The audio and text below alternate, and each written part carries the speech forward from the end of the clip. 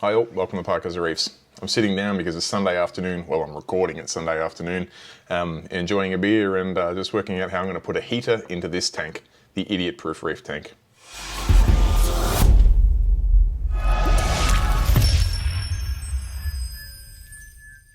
Hey all, so we're at that point in the idiot-proof reef tank where we need to add a heater, and that's because we've got sand in the tank, we've got escape in the tank, and now we've got light as well. Obviously, we've also got water in the tank. We've got flow, so the water's moving around, the sand and rock and everything's in there, but the water's a bit cold.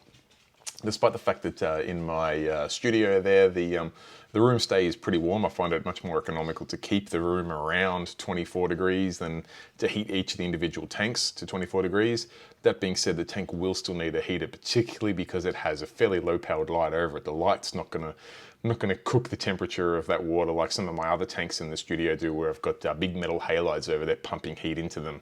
So it's, besides that, actually, it doesn't really matter whether I keep my studio at 24, 25 degrees, because most people don't keep their houses that warm, and they're going to need a heater in the tank, and that's what the whole purpose of this video is that we need to put a heater in the tank and keep the temperature nice and warm for these fish and coral that we like to keep in our reef tanks.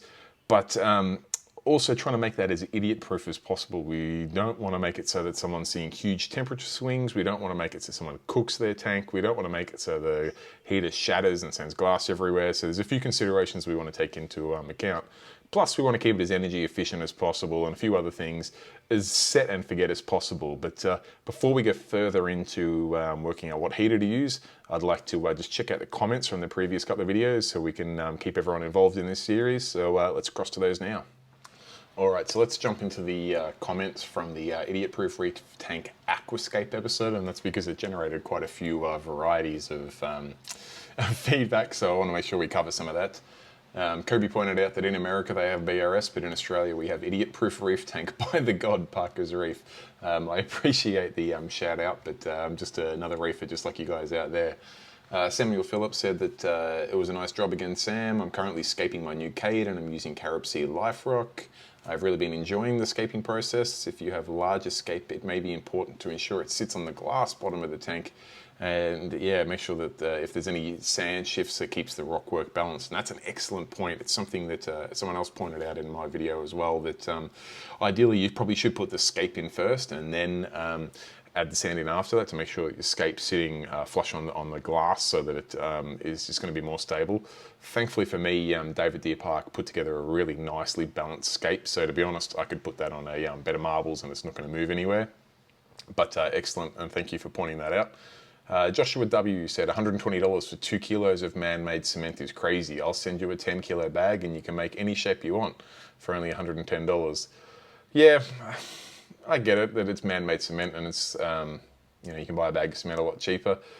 Yeah, to be honest, there's nothing idiot-proof about that. Making your own rock work is incredibly difficult. So by all means, if you want to do it on the cheap or if you just want to do it as a more DIY tank, yeah, make your own rock work, go for it. But if we're trying to get new people into the hobby, I don't think it's the way to go.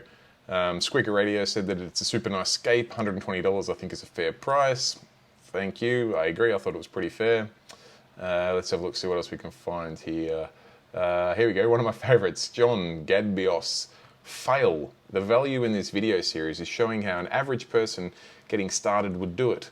Would have been better watching you come up with an aquascape than deciding you didn't like it and doing it again. Otherwise, this whole video series could be a 5-second video where you say pay a professional to do it. Yeah, fair call, John.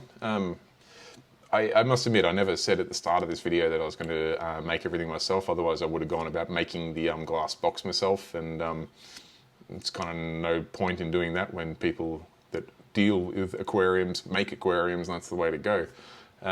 Yeah, absolutely. That being said, obviously you can make your own scape. There's no issue with that, and I think I've pointed it out probably enough times in this video series that just because this is the way I'm doing this doesn't mean it's the way everyone has to do it.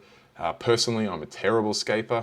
I hate the rock work structures I come up with, and some of the work that Dave does at Deer Park absolutely blows my mind. The scapes he's coming up with are incredible, and for the few dollars it cost for him to make a scape that fitted in my tank, met all the criteria, was really nice, free flowing and stable, was money well spent. But hey, each to their own, and yeah, if you want to make the scape out of cement yourself, or if you want to buy the rock work and try and piece it together, by all means, go for it. There's more than one way to achieve this goal. This is just the way I went about it. All right, and we had one more comment here from ATF in the house, who's pointed out that I would have put the rock work in first, so the legs were flat on the glass, less likely to tip over, more stable, then put in the sand. Absolutely valid point, and it's something I'll take on board. It's a way I'll do it differently in future. Thankfully, as I said above, this scape is pretty stable, so we're not going to run into any issues there, but it is a really good point for newbies out there. You probably should put the rock work in first and then add the sand around it. So thank you for that. But that's probably enough looking at our comments. I'd like to get on to what this episode's all about, and that's putting a heater in this tank so that it doesn't freeze in the winter months. All right, so thanks for all that feedback. I do really appreciate it while I try to make this video as community-driven as possible. We're not always going to agree eye to eye. That's cool. That's fine. Like I said, at the end of the day, this is my opinion, but I am trying to take on everyone's feedback as much as possible. So keep those comments coming and help me help you make this series as good as it can be for all those newbies out there looking to get into the hobby.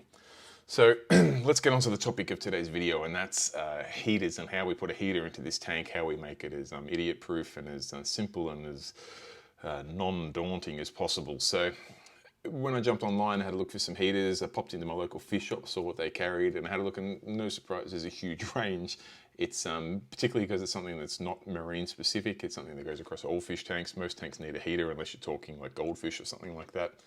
So there's a heap of options on the market. Now, this is another one of those ones where everyone's going to have their favorite ones they've used before. I'm going to put out some criteria there for the reason why I chose the heater I did, and you can agree with that or disagree with that. That's fine. No qualms there at all. But I'm just scrolling through on the internet now and having a look. Some of the common heaters out there, Eheim are obviously an industry giant, and they've got a range of heaters out there that are really pretty cool. What I like about the Eheim range is that they really kind of specify the aquarium volume. Because to a new person, if you say that it's a 25 watt heater or a 250 watt heater, it's not going to mean a lot to them. And there's a fair possibility if we get it wrong, it's going to be too cold or it's going to cook their tank. So, excuse me, having that volume on there was a really good idea. That being said, the Eheim Jaeger, which is probably their most well-known one, does just have the wattage on it, and at the end of the day, it is still a glass heater. And the reason why I want to steer clear of glass heaters is that you can break them. If you bang it against the aquarium, if you drop it or whatever, it will break, and that's something we want to try and avoid. Plus, also, if you're doing a water change and it gets exposed to the air, it can start to cook and cause trouble. Plus, I think the Eheim Jaegers have changed a little bit over time, but that whole calibration thing, my first aquarium heater was an Eheim Jaeger because I was told it was the best thing to get, so I got one. And trying to calibrate it just seemed to be more complicated than it needed to be. Now, at the other end of the spectrum, not that Eheim's at the bottom of the spectrum, but if we went to go for a really expensive option out there, we got like the Shago titanium heaters, which are just incredible heaters, bulletproof. You can't really go wrong with them. They won't shatter. They're nice and small. Very good quality, have an external thermostat, fantastic bit of kit. They can be quite expensive, and in Australia they're fairly difficult to get. Plus you got that whole, I don't know whether it's a good thing or a bad thing. For an advanced hobbyist, it's a really good thing to have that individual thermostat, and in fact it's the way I'd recommend to go. But for a beginner, having the heater in one spot and the thermostat in another, not the thermostat, the temperature probe in another spot, can be pretty confusing, so I've lent away from that. Let's have a look what other options there are. There is Aqua One heaters, of course, about as cheap as you're going to get. They've even got some of their thermosafe ranges there, which make the temperature setting a little bit easier. But in fact, yeah, there's so many brands of heaters out there. The one that I've ended up going for, I think, is a nice compromise on a few different things there, and I'll lift it up to show you now. I've gone for this Aquil, I think that's how you pronounce it. And the reason why I've gone for this one is for a few reasons. The temperature setting and lighting on it is super straightforward, very easy. It's unbreakable. In fact, I think it even says up here, it's electronic and unbreakable. So it's not a glass heater. I think that's really important with beginners. That I think glass heaters are just, they're a bit risky, and it's just not something I want to explain to someone that you need to be careful where you put it. It gets a bit awkward. The next thing I like about this one is it's very small unit. The box is quite large, but I promise the heater is not that big. It's very thin. It's black, so it's not going to stand out too much. It's got suction cups, so we can put it in one of these back chambers. You're not going to be able to see it. And the other thing that I like on it is that it points out it's for 35 to 75 litre aquariums. Now, I know our aquarium is just over that mark. We're about 77 litres all up. That being said, you'll note when we put water in the tank that we didn't take that much. We took about 60 litres of water. So even still, with 60 litres of water, I'm up the upper spectrum of this heater, and I've deliberately done that specifically for my installation where the room where it is does not get that cold. So I don't want a heater in there that's going to do 80 litres without breaking a sweat, because if I got a setting wrong on it, it could cook it pretty quickly. So this heater is, for the size of tank we have, it's upper limit. Now, sure, you run just as much risk of the tank getting too cold. Thankfully for me, like I said, that's not a huge issue. So if you are someone setting up the first Reef tank in their house or in their office or wherever it may be, you might want to go, so this is a 75 watt heater, you might want to go up to 100 watt, and that'll just get you a little bit more in that comfort zone.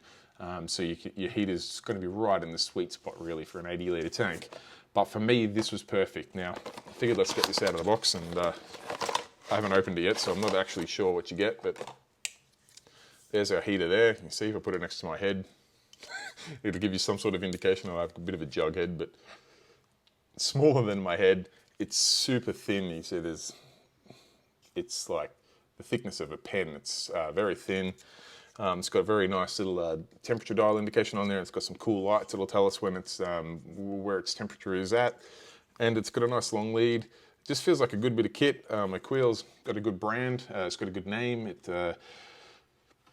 Their quality bit of gear, the price was right. This heater, I think, what we come in at, I think it was about $50, which I thought was a fair price. It's not the cheapest one on the market by any stretch of the imagination, but it's also nowhere near the Shago titaniums with external thermostat where you can easily pay $300–400 for a heater setup. So this one came in pretty well mid-range, probably the lower end of the mid-range price-wise, and feels like a good bit of gear. So let's stop talking about it and get it in the tank. And again, like I said, if you have suggestions for a heater that you think would be better for this tank, feel free to pop it in the comments down below. I'll go over it.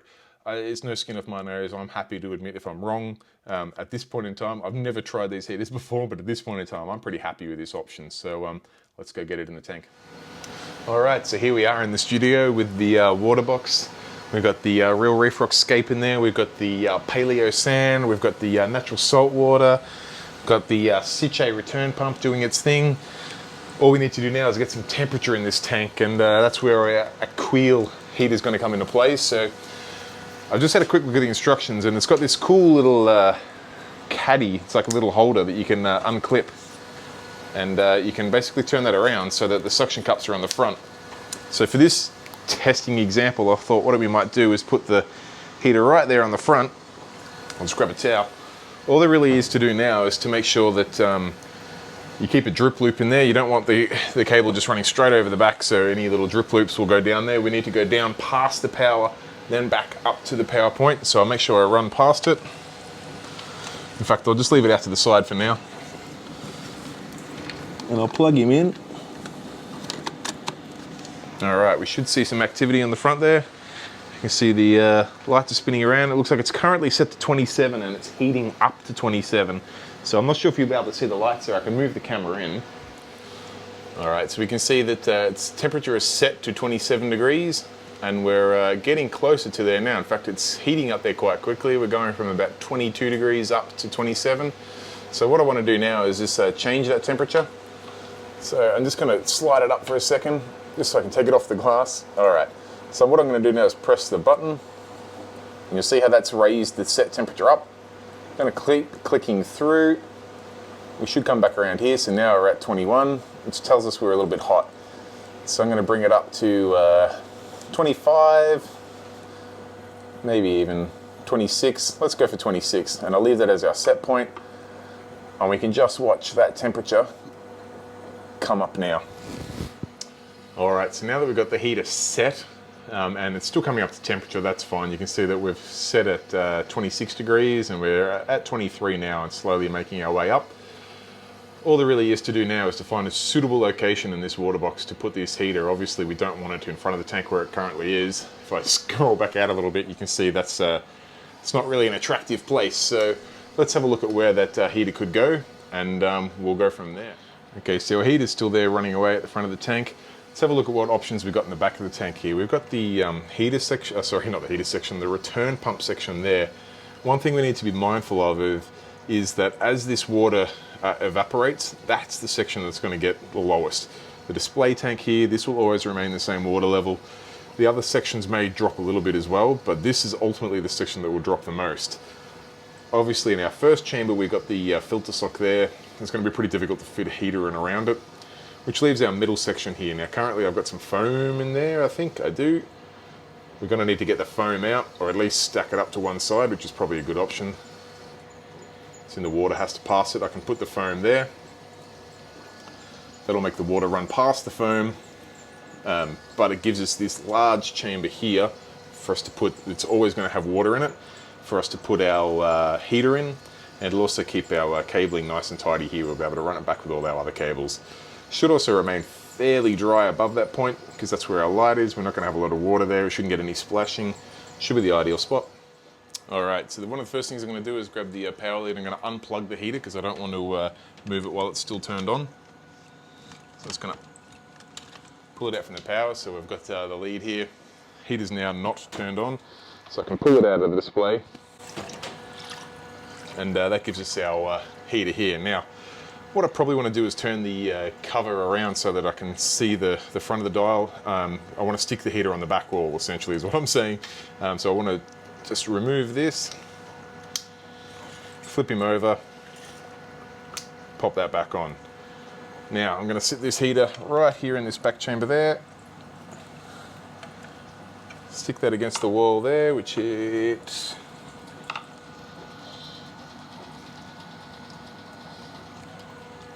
is now stuck. I'm going to run my lead down there, make sure that I go down past the power so that it's not, if any water goes down, it'll go away from the power point and then it'll come back up to our power. So just give my hands a wipe. I run my lead down there and then back up to my power point. Plug him back in.